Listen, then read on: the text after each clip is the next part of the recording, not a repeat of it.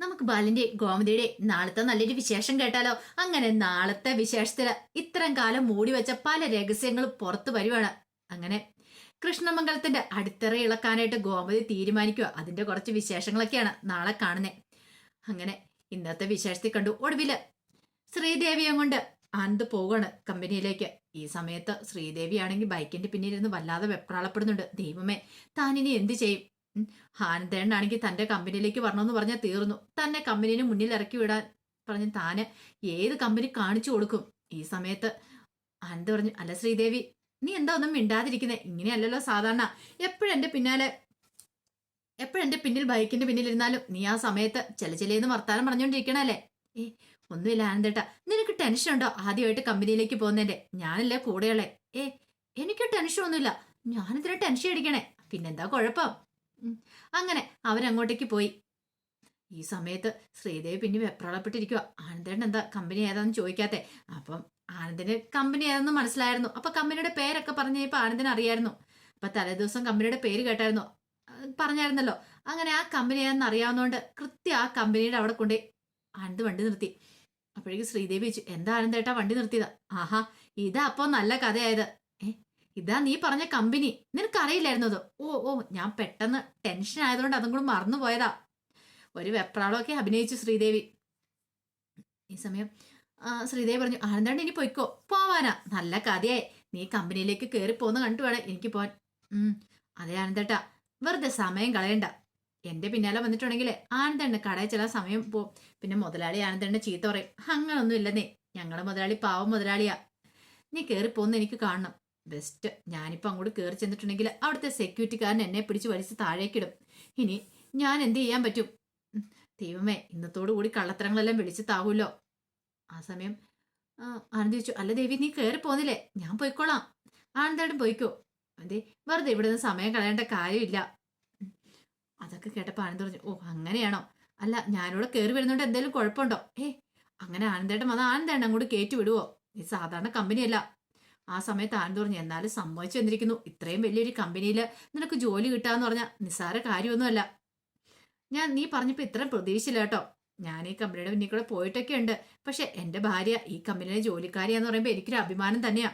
ശ്രീദേവിയുടെ നെഞ്ചു വിങ്ങുക. ദൈവമേ, ഇനിയിപ്പോ വൈകുന്നേരം ഇവിടെ നിന്നെങ്ങാനും തന്നെ കൂട്ടിക്കൊണ്ട് പോകാൻ ആനന്ദേട്ടൻ ഇങ്ങോട്ടെങ്ങാനും വരുവോ എന്നൊരു ചിന്ത മനസ്സിലേക്ക് വന്നു. ആനന്ദേട്ടൻ പോയിക്കോ, ഞാൻ കയറി പോയിക്കോളാന്ന് പറഞ്ഞു. അങ്ങനെ ഒടുവിൽ ആനന്ദ് പറഞ്ഞു, ശരി ഞാൻ പോയിക്കോളാന്ന് പറഞ്ഞു. സമാധാനമായി എന്ന് കരുതിയിട്ട് ശ്രീദേവി ഇങ്ങോട്ട് തിരിഞ്ഞു കഴിയുമ്പത്തേനും ആനന്ദ് ബൈക്കിൽ ഇറങ്ങിയിട്ട് ശ്രീദേവിയുടെ മുന്നിലേക്ക് വന്നു. ആനന്ദേട്ടൻ പോയില്ലേ? പോകാൻ പറഞ്ഞിട്ടോ? അത് പിന്നെ ദേവി, എനിക്കെന്തോ ഒരു ബുദ്ധിമുട്ട്. നീ അങ്ങോട്ട് കയറുന്ന കണ്ടിട്ട് പോകാന്ന് കരുതിയിട്ട്. അത് കേട്ടപ്പോൾ ശ്രീദേവിക്ക് ടെൻഷൻ. ശ്രീദേവി ഒരു വിധത്തിൽ എന്ത് ചെയ്തു? അതിന്റെ അങ്ങോട്ടേക്ക് കയറി പോവാ. ഇനിയിപ്പോ താൻ കയറുന്ന കാണാതിരുന്നിട്ടുണ്ടെങ്കിൽ ആനന്ദേട്ടൻ സംശയം തോന്നുമല്ലോ. അങ്ങനെ ആനന്ദ് അങ്ങോട്ട് പോയി കഴിഞ്ഞപ്പോൾ ശ്രീദേവി പതുക്കെ അവിടെ നിന്ന് ഇറങ്ങി. ഭാഗ്യത്തിന് തന്നെ ആരും കണ്ടില്ല. തന്നോട് ആരും ചോദിച്ചില്ല. ശ്രീദേവി എന്ത് ചെയ്തു? തല വഴി ആ സാരിയുടെ തലപ്പം കൂടി ഇട്ടു. പകുതി മുഖം മൂടി മറിച്ചങ്ങോട്ട് പോവുകയാണ്. തന്നെ ഇവിടെ എങ്ങാനും വെച്ച് ഇവിടെ നടന്നു പോകുന്ന ആരെങ്കിലും കണ്ട അതോടുകൂടി തീർന്നു. തനിക്കൊരു ജോലിയും കാര്യങ്ങളും വേണമല്ലോ. ജോലിക്ക് പോയില്ലെങ്കിൽ തനിക്ക് വീട്ടിലേക്ക് എല്ലാം പറ്റില്ല. തൽക്കാലത്തേക്ക് വീട്ടിൽ നിന്ന് ഇറങ്ങിയിട്ടുണ്ടെങ്കിൽ നിൽക്കാനായിട്ട് എവിടെയൊരു ജോലി വേണം. അതെന്താന്ന് കണ്ടുപിടിക്കുകയും ചെയ്യണം. അതിന് വേണ്ടിയിട്ടുള്ള അലച്ചിലായിരുന്നു പിന്നീട് ശ്രീദേവി. ആ സമയത്ത് ബാലൻ വല്ലാതെ ടെൻഷനായിട്ടാ കടയവിലേക്ക് വരുന്നേ. കടയിൽ വന്നു കഴിഞ്ഞപ്പോൾ ധർമ്മം ചോദിച്ചു, എന്ത് പറ്റിയാളിയാ? അളിയന്റെ മുഖം എന്താ വല്ലായിരിക്കണേ? ഒന്നുമില്ല. ആ സമയത്ത് രാമേട്ടൻ പറഞ്ഞു, അതെ, 1-2 ഓർഡറുകൾ എടുക്കാനുണ്ട്. അപ്പോഴേക്കും ധർമ്മം പറഞ്ഞു, ഞാൻ പോയി എടുത്തുകൊണ്ട് വരാൻ രാമേട്ട. അതും പറഞ്ഞ് ധർമ്മൻ അങ്ങോട്ടേക്ക് പോയി. രാമേട്ടൻ ചെന്നിട്ട് ചോദിച്ചു, എന്താടാ ബാല, നിന്റെ മുഖത്ത് എന്താ വല്ലാത്തൊരു ബുദ്ധിമുട്ട്? എന്തോ കാര്യമായിട്ട് പ്രശ്നമുണ്ടല്ലോ? രാമേട്ട, പ്രശ്നം ആകാശോ? അവനെന്താ? അവനുമായിട്ട് നീ വല്ല വഴക്കുണ്ടാക്കിയോ? വഴക്ക് എന്റെ രാമേട്ടൻ അറിയാലോ. ആ രവീന്ദ്രൻ എന്ന് ഞങ്ങളുടെ ജീവിതത്തിലേക്ക് വന്നോ അന്ന് തുടങ്ങിയതാ. പഴയ ആകാശമൊന്നുമല്ല. അവന് കുറെ മാറ്റങ്ങളുണ്ട്. അവനിപ്പോ പുതിയ കട വെക്കണം പോലും. അവൻ എന്നെ വെല്ലുവിളിച്ച് നടക്കുക. രാമേട്ടൻ പറഞ്ഞു, അതൊക്കെ നടക്കുന്ന കാര്യമാണോ? നടക്കുമെന്നോ? കടയുടെ കാര്യങ്ങളൊക്കെ ഏകദേശം പൂർത്തിയായിക്കൊണ്ടിരിക്കുക. ഇനി ലൈസൻസ് മറ്റാണ്ടൊക്കെ കിട്ടിയാൽ മതി. അങ്ങനെ കിട്ടിയിട്ടുണ്ടെങ്കിൽ കട ഉടനെ ഉദ്ഘാടനം ചെയ്യും. ആകാശമായിരിക്കും എൻ്റെ മേൽനോട്ടം നിർവഹിക്കുന്നത്. പിന്നെ എനിക്ക് പുറത്തിറങ്ങി നടക്കാൻ പറ്റുമോ? ആൾക്കാരുടെയൊക്കെ കളിയാക്കലുകൾ കേൾക്കേണ്ടി വരില്ലേ? കോമഡി സ്റ്റോഴ്സ് ബാലന്റെ മകനെ തൊട്ടടുത്ത് തന്നെ അതിനേക്കാളും വലിയൊരു സൂപ്പർ മാർക്കറ്റ് തുടങ്ങി. അതും രവീന്ദ്രന്റെ സഹായത്തോടെ തുടങ്ങാന്ന് പറഞ്ഞാല് രാമേട്ടൻ പറഞ്ഞു, എടാ, തന്നോളം പറഞ്ഞ താനെന്ന് വിളിക്കണം എന്നല്ലേ പറയുന്നേ എന്ന് പറഞ്ഞ പോലെ അവസ്ഥയായതിപ്പോ. ഇപ്പം അവൻ നന്നായിട്ട് വളർന്നു. നീ ഓർക്കുന്ന അവൻ ഇപ്പോഴും കുഞ്ഞു കുഞ്ഞാന്നോർത്തല്ലേ ഇരിക്കുന്നേ. അവന് അങ്ങനെ ആഗ്രഹം ഉണ്ടെങ്കിൽ അവൻ ചെയ്യട്ടടാ. രാമേട്ട അതല്ല, അത് ശരിയായ കാര്യമാണോ? സ്വന്തമായിട്ട് അധ്വാനിച്ചുണ്ടാക്കിയ പണം കൊണ്ടാണ് എനിക്ക് കുഴപ്പമില്ലായിരുന്നു. ഇതിപ്പോ ആ രവീന്ദ്രൻ എന്നെ മനഃപൂർവ്വം തോൽപ്പിക്കാൻ വേണ്ടി ഇറങ്ങി തിരിച്ചിരിക്കുക. അങ്ങനെ നമുക്ക് പറയാൻ പറ്റില്ലല്ലോടെ ബാല. ചിലപ്പോൾ അയാൾക്ക് കാണത്തില്ലേ അയാളുടെ മകന്, അയാളുടെ മകള് നല്ല രീതിയിൽ ജീവിക്കണമെന്ന്. ഉം. ആ, മീനാക്ഷിയുടെ ജീവിതം സേഫ് ആക്കാൻ വേണ്ടിയിട്ടായിരിക്കും. ഉം. അതുകൊണ്ട് എന്താ? അല്ല, അവൻ ഇവിടെ ജോലിക്ക് ഇരിക്കുന്നില്ലേ? അവന് വരുമാനം കൊടുക്കുന്നുണ്ടല്ലോ, ഞാൻ ശമ്പളം കൊടുക്കുന്നുണ്ടല്ലോ. എടാ ബാല, ഇന്നത്തെ കാലത്ത് ഇത്തരം പൈസക്കൊക്കെ ആരെങ്കിലും നിൽക്കുമോ? അവൻ വർഷങ്ങളായിട്ട് ഇവിടെ കടയിൽ നിൽക്കുന്നതല്ലേ. അപ്പൊ അവന് ചെലവോട് കൂടുമായിരിക്കും. അപ്പൊ അതുകൊണ്ടായിരിക്കും ചിലപ്പം അമ്മായിപ്പന് തോന്നിക്കാണുമായിരിക്കും അവന്റെ കട വെച്ച് കൊടുക്കണമെന്ന്. അല്ലെങ്കിലും ഇനി ഈ പറയുന്ന മീനാക്ഷിക്ക് വേറെ അനിയനോ അനിയത്തിയോ ചേട്ടനോ ചേച്ചിയൊന്നും ഇല്ലല്ലോ. ആ രവീന്ദ്രനുള്ള സ്വത്തുക്കൾ മുഴുവൻ മീനാക്ഷിക്ക് വേണ്ടിയിട്ടുള്ളതല്ലേ. അപ്പൊ അതുകൊണ്ടായിരിക്കും. ഈ സമയം ബാലൻ പറഞ്ഞു, അതൊന്നുമല്ല. രവീന്ദ്രന്റെ പതുക്കെ ആകാശിനെ അങ്ങോട്ടേക്ക് വലിക്കാനായിട്ടാ, അവിടെ കൊണ്ടു നിർത്താൻ ആഗ്രഹമുണ്ട്. എന്റെ വീട്ടിൽ നിന്ന് അവനെ അടർത്തി മാറ്റിക്കൊണ്ടു പോകാനായിട്ടാ അയാൾ ശ്രമിക്കുന്നത്. അതൊരിക്കലും ഞാൻ സമ്മതിക്കില്ല രാമേട്ട. രാമേട്ട പറഞ്ഞു, അതെനിക്ക് പണ്ടേ തോന്നിയ കാര്യമാണ്. ആകാശിന്റെ സ്വഭാവം അറിയാലോ. രവീന്ദ്രന്റെ വലയെ വീണിരിക്കുക. ഇനിയിപ്പോ നീ എന്തൊക്കെ പറഞ്ഞാലും പെട്ടെന്നൊന്നും ആകാശം അംഗീകരിക്കാൻ പോകുന്നില്ല. അവൻ ആ മായാവലയത്ത് വീണ് കഴിഞ്ഞു. എങ്ങനെയെങ്കിലും അവനെ ഒന്ന് പറഞ്ഞ് മനസ്സിലാക്കാൻ നോക്ക്. ആ സമയം രാമേണ്ണും അറിയത്തില്ല ആകാശിനോട് എങ്ങനെ പറയുമെന്ന്. ആകാശം സംസാരിച്ചിട്ടുണ്ടെങ്കിൽ ആകാശം എതിർത്ത് പറയുമെന്ന് ഉറപ്പായിരുന്നു. അങ്ങനെ വൈകുന്നേരമായി കഴിഞ്ഞപ്പോൾ ഗോമതി ക്ഷേത്രത്തിലേക്ക് പോവാണ്.